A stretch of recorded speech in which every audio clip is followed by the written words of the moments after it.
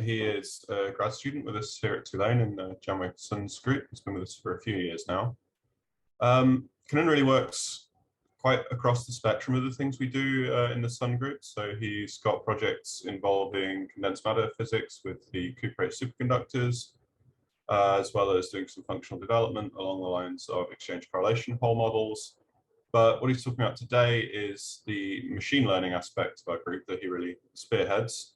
And he'll tell you a bit more about that project, which was really begun when Kanun approached us quite early in his grad student times in the group, saying that he wanted to get into machine learning. And so we've spent a bit of time playing around and trying to see how it can fit with the group's normal approach of a very non-empirical sense of how things are done. So yeah, with that, I'll hand over to Kanun. Thank you, Dr. Furness, for that introduction. Good morning, everybody. Just like Dr. Furness said, my name is Kanun Pokharel, and I'm a grad student at Tulane University in Dr. Sun's group. So today's talk, I'll be talking about one of the works that we did in our group. It's about trying to explore machine learning into density functional construction. And so you can see this work was in collaboration with all the authors and the universities that you can see here. So then let's dive into it then. Okay, so the motivation for the research is that we know that density functional theory has gained popularity in electronic calculation due to its accuracy and practically computational cost, right? So that's from the concept DFT. And it has been widely used in condensed matter physics, even in chemistry and other areas as well. And we can see that the popularity for DFT can be seen by looking at the paper PBE, which is one of the highly cited papers, right? So that's what we see for DFT. But then recently, we also know that machine learning has been an area of growing interest for functional development. And one of the pioneers here, we could say that is Kairenberg's group, that there have been a lot of works that have come from that group. And one of those papers is what I have highlighted over here. It's about talks about the orbital free non-interacting kinetic energy functionals, right? And there have been other works from that group as well, like bypassing concept theory and many other things. And not only that, there are other groups which have worked on trying to solve potential problems and also trying to use convolutional neural network for other areas and other aspects as well, right? So now the question that came to us was that, okay, the density functional theory, which are, we can say as the historical functional theories, have been constructed based on exact constraints, right? And ML has been growing in area of research.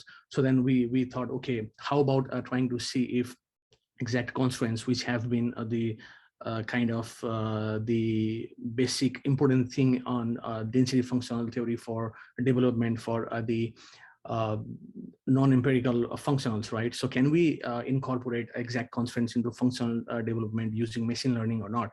So we started looking into that part, and we saw that, okay, there was one of the works again from Kairenberg's group where that group tried to use coordinate scaling constraints into machine learning functional development, and it was successfully, and they were successfully in doing that as well.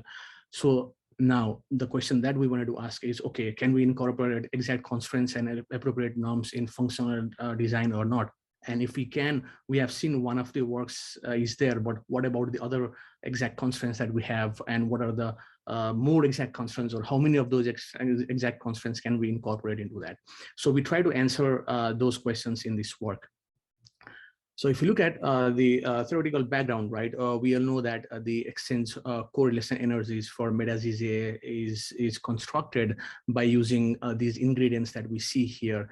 And most importantly, the the kinetic energy density or Laplacian is the term that has been added on top of GGA, right? And we see that the kinetic energy density is widely used compared to the Laplacian, because it has a lot of its advantages, but we also see that it kind of has a few should I say, not disadvantages, but it creates some of the problems, like it complicates the potential. We all know that, right? Because it includes the orbitals during its construction. And also it increases computational costs for large systems. So these were the disadvantages, right? And then we saw recently that there was one work which was done by Tricky's group, where they used a Laplacian in place of kinetic energy density, and they constructed a functional called scan-L. So we said, okay, how about we try to do something similar work? We try to include exact constants, appropriate norms, but how about we replace tau with Laplacian and see how that works? So so the main idea is that if you see here, this is the map that, or the learning that we are trying to do from machine learning, is that we try to replace this kinetic energy density tau with a Laplacian. And for that, we said, okay, we needed one functional as the target, right? So we said, okay, how about we try to go with scan functional, because more recently scan has been successful in predicting a variety of properties and variety of problems as well, right? And also, since there was scan-L, which was already constructed from scan, so we kind of had a kind of a benchmark on trying to see whatever we construct can that be comparable with something else or not. So realizing that, that's what we thought, okay, we replace this Laplacian kinetic energy density from scan with Laplacian, and we try to map this using machine learning and try to see what exact constraints can we incorporate into that. So now the first thing that came to us is that we started looking at the input, right? Input domain is essential for in machine learning. So the first thing that we did was we looked at the ingredients from scan that were orbital free. And in doing that, we were able to get the first four of these four ingredients: this Wigner-Sees radius, reduced density, reduced Laplacian, and spin polarization. And also you can see that we went with using these dimensionless ingredients because the coordinate scalings by these can be satisfied for them as well. And also we see that these reduced densities, Laplacian, they kind of bring in homogeneity in the system as well. So we said, okay, we have the first set of ingredients that we have, and we started looking into constructing the machine learning approach and machine learning map. So when we did initially this mapping, we realized that we got a result which was comparable, but then it wasn't as good as we expected, right? So we said, okay, how about we try to add a few more ingredients into it? We know that in machine learning, the more input domains that we have, it's better for the machine learning functional to read that. So in that sense, we said, okay, well, we try to add a few more ingredients into it, and we know that in scan, scan has this exchange part and correlation part in its construction. So we said, okay, we have the initial 4 ingredients that we have that we identified previously. We add a little more into it. So we added these inputs that you can see here from the exchange contribution as well as the correlation contribution. If you see it here, right, these ingredients are dependent upon the original first 4 ingredients that we found. They do not provide any new information into the system, but then including them did help us learn this map more efficiently. And also we see that because of having these ingredients, like we restrict our ML model to learn more of tau dependent rather than the total scan, every details of scan. So so we were able to at least figure out, okay, what ingredients that we have and what is that domain that we should be using for our functional design.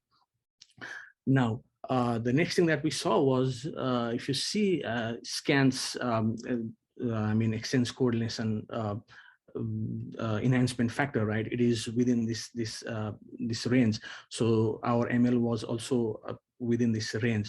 But then the inputs that we had had a very large kind of range for them, right? You can see that RS, S, and Q, they vary so differently compared to what we are trying to map them against.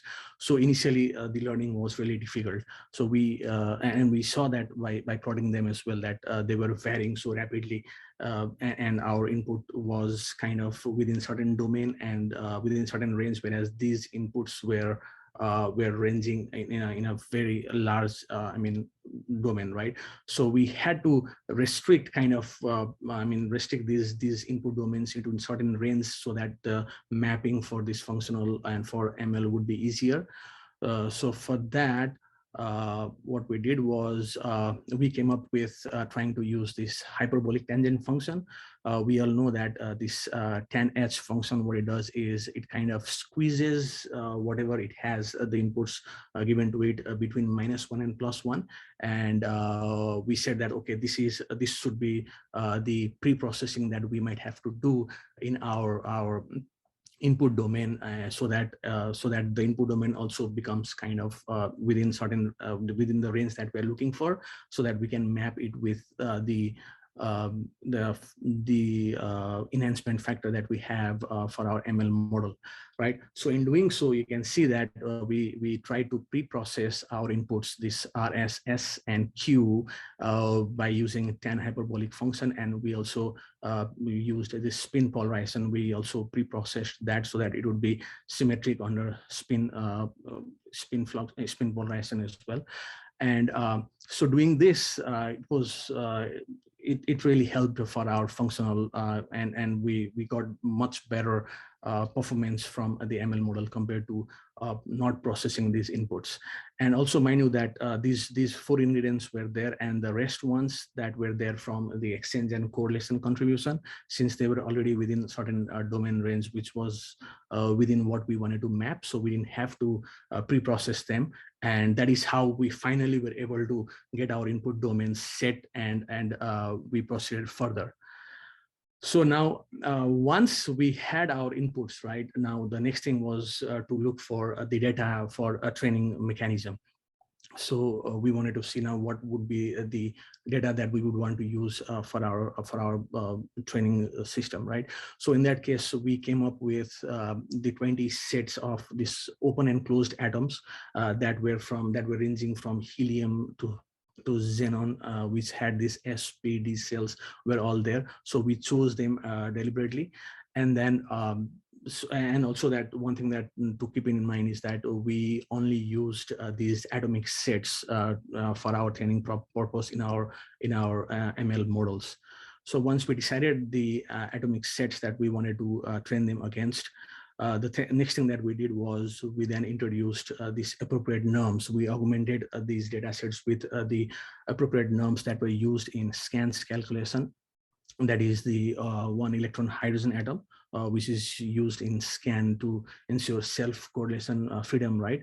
But in ML case, this is not able to achieve because we saw that there were some contributions from the correlation energy from hydrogen as well.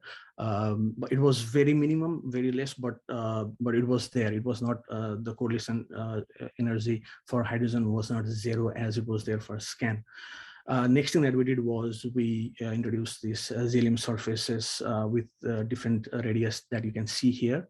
And finally, we also used the compressed argon dimer, which was at a nuclear separation of these values to fix the scans interpolation function. These are not the equilibrium positions for argon, these are the compressed ones. So once we had that, then what we did was, as I told you, right, we restricted ourselves to only these systems, and we avoided including any chemically bounded system, because the idea was that we wanted to see how well the appropriate norm as well as the constants that we'll see later on would transfer outside the training domain. How would machine learning be able to capture those or not? So we got our data as well, the data that were used for the training purposes. Now, from here, we started constructing our model. Now here, just to explain a little bit more, if you see here, it says the combined model, right? So we constructed 2 models here.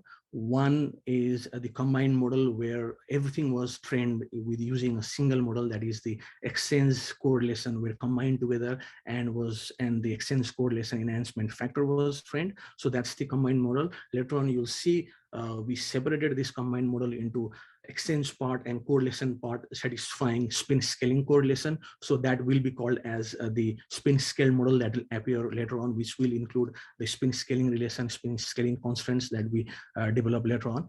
So for this one, you can see that since it was a single combined model where it had this exchange as well as the correlation part together, so we used the total density you can see here as for our input ones. So our input domain now had the first 4 of the inputs that were initially chosen, and later on the 5 were added, right? So total 9 inputs were used, as you can see here, with the total spin, which is spin up and spin down. And our model consisted, we tried variety of models, and we settled with this one because that gave us the best result that we have. So we had 3 different layer model, first with 100 neurons, 15 neurons, and 20 neurons. And we used the activation functions here to be as sigmoid, first layer, sigmoid, second layer, and 10 hyperbolic function in the third layer. One important thing to point out here is that the choice of these activation functions are really important because as we know that in neural networks, when these are being trained, right, the weights and biases are being updated, and that uses back propagation. So here these sigmoid functions are also being differentiated. So they have to be, those functional, these activation functions have to be differentiable even at 0. They do not have to be something that would be discontinuous at certain points, right? So for that these functions and these things were taken care of. And we chose these as our activation functions. So once the model was there, right, and so we had to generate the data, and the way we did was, if you see that in our system, right, the atomic densities are more important in energetically, they are important around 0 to 4a. Right, within that radius. So we chose these values. We took input as in such a way that we had most of the points within the energetically favorable region, and little less point from 1 to 4, and very few points in the tail region, because that is the region of less importance. So we divided our data in such a way that we had our inputs obtained like this, and then we trained our combined model.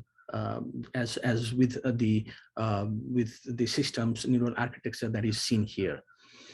So now that was one part, right? Now the next thing that we did was, now we introduced spin scaling relation. So for that, you can see here that spin scaling relation is obtained in the energy as shown there. So for that, since we know that spin scaling relation is only satisfied for the exchange part, and it doesn't apply for the correlation part, right? So we had to break our model, we had to separate them, and we had to train them individually. So now we separated this into the exchange part and the correlation part, and we treated them separately, right? Now for exchange part, you can see that the first 3 ingredients were as you saw it over here, and the rest ones were from the exchange component. And here you can see that since a spin has to be taken care of, so we took 2 different spin channels, one for spin up, the other one for spin down, and we generated our inputs separately for each spins, and depending upon that, we had our target from scan as well, corresponding to same spin channels that we have here. So once we had this, so these were the inputs for training the exchange part. So what we did was, you see it here, we had those 2 input channels that we had, right? And then we generated and we created a architecture for the exchange part that you see here. Now here for the exchange model, it has a 2-layered model with lesser neurons, which is 80 by 40. And also now the inputs were, we had 6 inputs as shown in the previous slide. And also one thing that has to be taken care of was that exchange is invariant to a permutation of spin, right? So we use the same network, one single network with both spin channels, and we trained them both spin channels using the same data and the same networks architecture as well. And once we had this fx that we got from the the model, then we use this relation to finally predict our fx of fx, that is the enhancement factor from the machine learned part. So once we got this, we satisfied the spin scaling for the exchange part, right? Now the next thing was to do the same thing for the correlation part, but then since correlation energy is not subjected to any spin scaling, so we again considered the total densities for it. And again, you can see here, these were the ingredients, and here this EC0, EC1 were the ones contributed from the correlation part. And we had this model satisfied, and we used exactly same model that we saw here as it was there for the exchange part, the ADY40. And again, one thing that we saw here was we used a tan hyperbolic function and LO, which is exponential linear unit here. And we designed this model, and the cost function that we designed or that we defined is not exactly the the correlation part, but it is rather, you see here the difference for from the exchange correlation enhancement factor from scan, and the exchange enhancement factor from the exchange enhancement factor that we obtained from previous one. The idea that we wanted to go with this was that you see it here is because any deficiencies that were present in the exchange model, right? We wanted to compensate that with the correlation model that we defined here. So rather than just learning FC of scan, we said, okay, this seems to be better option to go with. So that is how we learned from for the correlation part. And you see it here, the final, the result that we obtained, or the final model that we have would be then the combination of the exchange enhancement factor that we obtained from this part, sorry, the correlation enhancement factor, and the exchange enhancement factor that we obtained from previously. And also one thing to note that now here, if you see here, right, now this, if this exchange enhancement factor, it becomes more accurate exchange enhancement factor for scan, then the correlation also becomes, it will be more dominant by the correlation would be more dominant from the correlation from scan. But if exchange varies, then correlation would also be different to the correlation that we have for the scan part. So once we had all of these models obtained, trained, and designed, right, we started looking at our results, and we started looking at, okay, we have two models, one with spin scaling that we have exact constant, one without exact constant. How do they behave? How do they perform, right? So we started looking at, the first thing that we did was we started looking at the enhancement factors for these systems. So you can see here the enhancement factor here this is for the combined model, right? You see that oxygen atom was there in the training set, so we try to see enhancement factor for oxygen atom, and similarly silicon was in the it's a test set atom, so we saw how it behaved. And similarly we did that for the spin scaled model as well, and we saw it was I mean, the enhancement factor was pretty smooth. Just mind you that it was the enhancement factor for the spin scale models, so little fluctuation at around tail region, but as I told you, right, it was, we had lesser data there as well, and it is less significant, so that wasn't the kind of worrisome for us. So it seemed like, okay, the models that we trained were pretty okay, and they were giving reasonable results compared to scan, right? And the next thing that we tried to look at was try to see the exchange correlation energy that of the training set. Now, one thing that I need to mention here is that if you see the way we train our model was, we didn't go for the total energy, which is the global property, right? But rather we looked at the exchange correlation energy, which is the local property.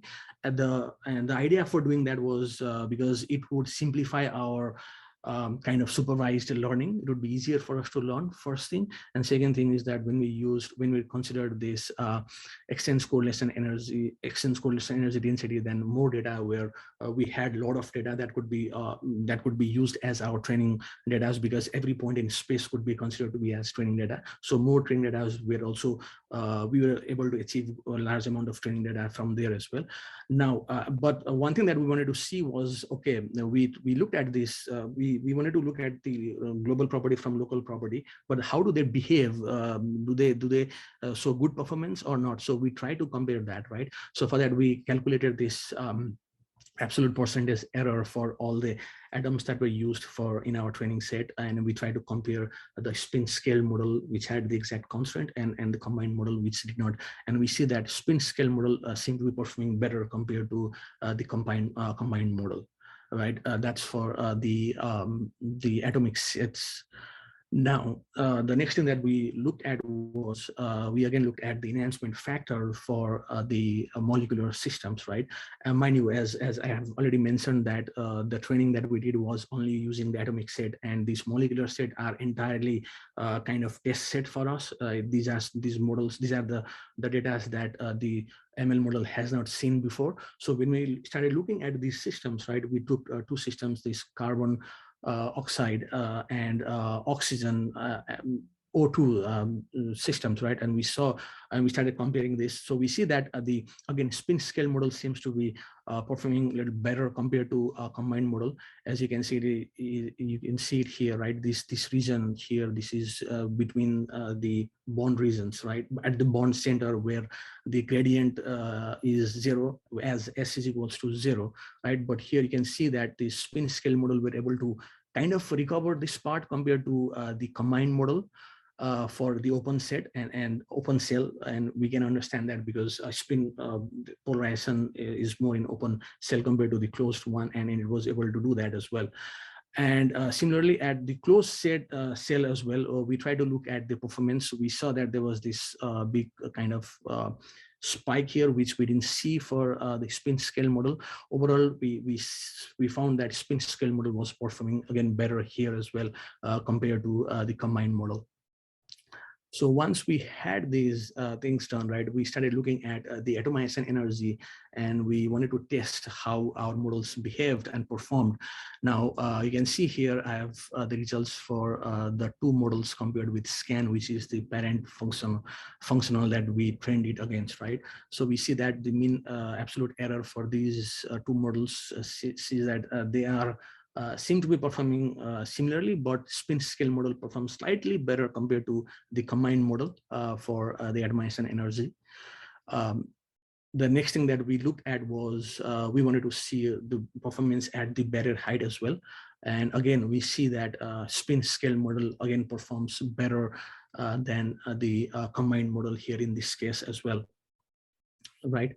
So to test further, right, we saw that in that enhancement factor plot that we saw that spin scale model was performing a little better compared to combined model. So we said that, okay, why don't we try to look at this G3 set of all 226 atomization energies and try to see how these models are behaving. So here we try to compare them. So here we compare them against this BM is the benchmark values, right? And we also try to compare them against the SCAN functional, which is the parent functional that we try to fit it against, right? We wanted to see how kind of faithful the model is for both of them.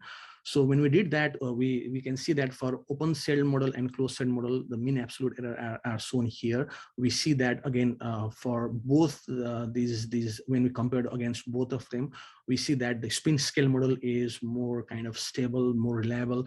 I shouldn't say reliable, but at least stable compared to the combined model, because the mean absolute error between them is not that, it's not varying that much compared to what we see for combined model.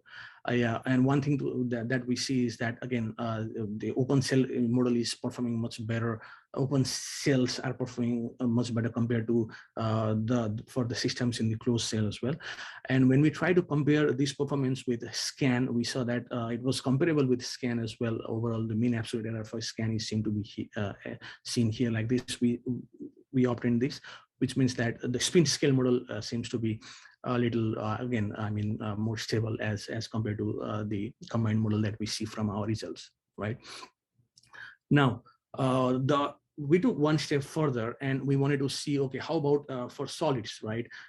We saw that it was performing well for at least molecular systems, but then we tried to see, okay, how about solids? How about systems where the system, where the training set and training data has no information, no idea about the periodic systems, right? So when we look at the lattice constants that we wanted to compare against, we saw that for lattice constant, the performance wasn't as good as that we saw for the molecular set. It was kind of modest, and we understand that because as I told you, right, the ML model does not have any information about this system. It wasn't able to recover them as good as it did for for molecular system. But we believe that I mean, if some of the data that included information about periodic systems were there in the training data, then probably that it might have captured these properties better. But again, that wasn't the goal for us, right? The goal for us was to see how the exact constant and appropriate norm would transfer out of its training domain, and it seemed to be seen that it was doing pretty well. So now the next thing that we said was, okay, we introduced the exact constraint, which is the spin scaling, right? Then we said, okay, how about the other exact constraints that we can explore? And as we know that the possible outcome that we have for ML model is within this range, which is 0 to 2.215. But that is the LIEB, general LIEB Oxford bound, right? That is there in that is also there in scan construction. So, but then we said, okay, how about we wanted to be sure that, okay, we have this LIEB Oxford bound introduced in our model as well. For that, we said, okay, why don't we try to introduce this by using some post processing in our ML output. So you can see here, this is the output that we obtained from artificial neural network, right? So we then try to post process it by using this way. So on doing this, we were not, I mean, theoretically looking, it looks easier and it seems as if it can be introduced, right? But then when we try to use this in our ML model, we were not able to achieve that with higher accuracy. And the reason that we think is because this is this nonlinear function, right? And we assume that when this fxc becomes smaller towards the tail region, this ANN becomes larger, whereas this fxc becomes larger towards the core region, right? This ANN becomes smaller, so it's kind of mismatches. As a result, the performance of overall our model was kind of should I say compromised. As a result, we were not able to achieve the kind of result that we wanted to do. So we tried, we implemented that approach that I showed in the previous slide for LIEB Oxford bound, and we tried to see our results, and we saw that, as I told you, right, it did not perform as good as without the LIEB Oxford bound, as we saw in previous slides. So one thing that we thought was, how about we truncate our range of the network's output, right? So we said, we were thinking that, okay, how about we try to use this system here? We just simply, whatever it's coming from this ANN, right? We just take the minimum value from these values. So if it is giving very large values, then it would take only 2.215, which is what we are trying, which is the range that is there, right? And if it is giving very small value, it would take that minimum values from there only. And then once we do that, then we take the maximum values from 0 and whatever is there.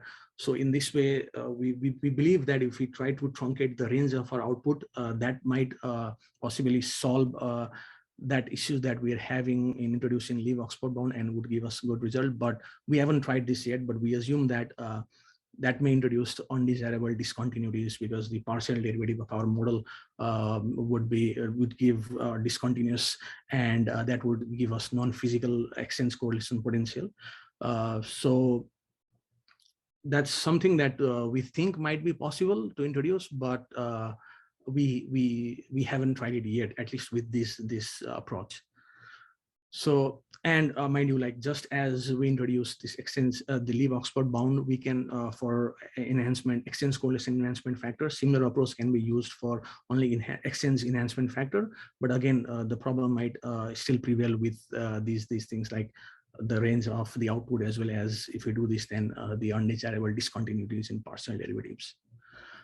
Now, finally, once we looked at the exact constraints, we wanted to see how the potential, exchange correlation potential would behave for our ML models.